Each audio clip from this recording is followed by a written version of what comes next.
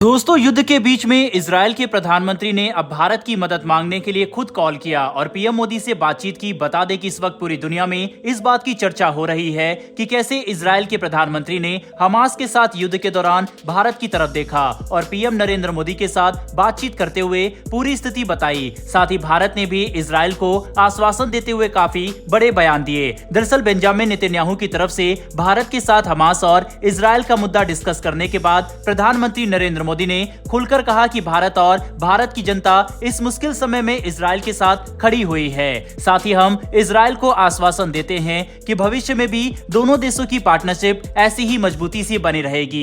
ये बयान एक ऐसे समय पर देखने को मिले जब इजरायल हमास के साथ ऑल आउट वार की तैयारी में है। कई देश तो ये देखकर भी हैरान है कि इजरायल भारत पर इतना भरोसा करता है कि मुश्किल समय में बेंजामिन नेतन्याहू खुद भारतीय प्रधानमंत्री को फोन करे और सारी स्थिति बताए। इस वक्त भारत ने भी अपनी पॉलिसी में काफी बड़े बदलाव कर दिए हैं। ऐसा पहली बार देखने को मिला जब पीएम मोदी ने खुद सामने आकर इजरायल का समर्थन किया है। दोस्तों, इजरायली पीएम से फोन पर बात करते हुए तो हमने भारत का समर्थन देखा, बल्कि युद्ध के शुरुआती घंटे में ही पीएम मोदी ने इजरायल को लेकर बयान दे दिया था और ट्वीट करके कहा था कि वह इस मुश्किल समय में इजरायल के साथ हैं, जिससे आज दोनों देशों के बीच मौजूद मजबूत संबंधों का अंदाजा लगाया जा सकता है। वहीं पर भारत के साथ बातचीत के बाद इजरायल ने बड़े बयान देते हुए कहा कि वह हमास के खिलाफ जिस स्थिति का सामना कर रहे हैं उसे समझने के लिए वह ये कहना चाहेंगे कि अगर भारत के अंदर एक आतंकवादी हमला होता और 2 से 3 लाख भारतीयों की जान पर बन आती तो इससे जितना नुकसान और अस्थिरता फैलती, बिल्कुल उतना ही प्रभाव आज इजरायल महसूस कर रहा है। हमें इस बात पर ध्यान देना होगा कि इजरायल भारत के मुकाबले बहुत ही छोटा देश है, जिसकी आबादी हमसे कई गुना कम है। ऐसे में जब इजरायल को अपने 1000 से ज्यादा नागरिकों की जान बस एक ही हमले में गंवानी पड़े तो आप अंदाजा लगा सकते हैं कि वहां पर किस तरह का माहौल होगा। भारत जैसे बड़े देश में भी जब आतंकवादी हमले होते हैं तो पूरे देश का खून खौल जाता है और हम बदला लेने की बात करते हैं। तो अंदाजा लगाइए इजरायल जो जब से बना है तब से युद्ध का सामना कर रहा है, आज उस पर क्या बीत रही होगी।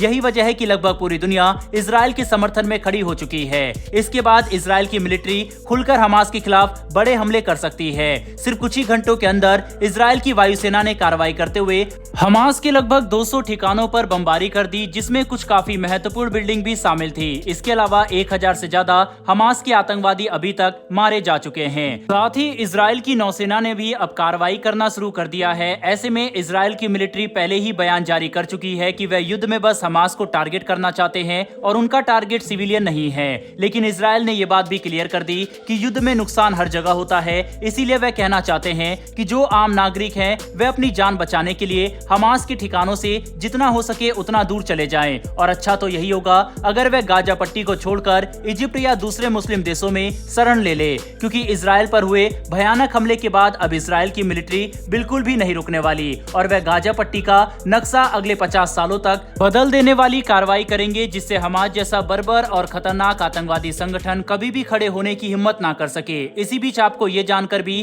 काफी अच्छा लगेगा कि भारत की तरफ से इजरायल को मिल रहे खुले समर्थन और हमारे लोगों की तरफ से सोशल मीडिया प्लेटफॉर्म पर इजरायल को दिए जा रहे आश्वासन से इजरायल की खुफिया एजेंसी काफी ज्यादा प्रभावित है। और इसकी जानकारी उन्होंने ट्विटर पर एक ट्वीट के माध्यम से दी है, जिसका स्क्रीनशॉट आप अपनी स्क्रीन पर देख सकते हैं, जिसमें उन्होंने खुलकर कहा है कि भारत की तरफ से मिल रहे प्यार और समर्थन से अचंभित हैं और इजरायल भी भारत को काफी प्यार करता है, जो दोनों देशों के बीच मजबूत पीपल टू पीपल रिलेशनशिप को साफ तौर पर दर्शाता है।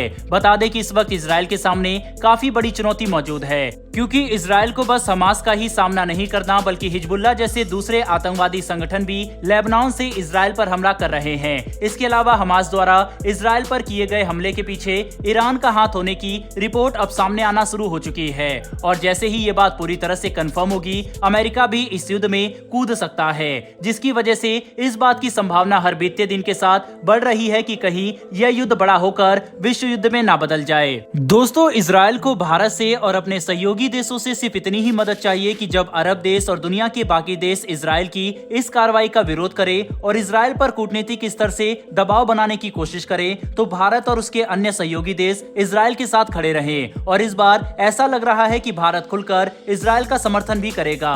वैसे दोस्तों, आपके हिसाब से भारत का खुलकर इजरायल का समर्थन करने का फैसला सही है या फिर पहले जैसे दोनों देशों को साथ लेकर भारत चलता था वह रणनीति सही थी? आप इसके बारे में क्या सोचते हैं? अपनी राय कमेंट बॉक्स में लिखकर लिखकर जरूर बताइएगा। साथ ही अगर आपको ये इन्फॉर्मेशन और वीडियो पसंद आई हो तो वीडियो को लाइक करके हमारी आने वाली डेली ऐसी वीडियो के लिए नीचे दिए गए सब्सक्राइब बटन को प्रेस कर बेल आइकन को जरूर दबा लें। फिर मिलेंगे ऐसी एक नई वीडियो के साथ। धन्यवाद। जय हिंद।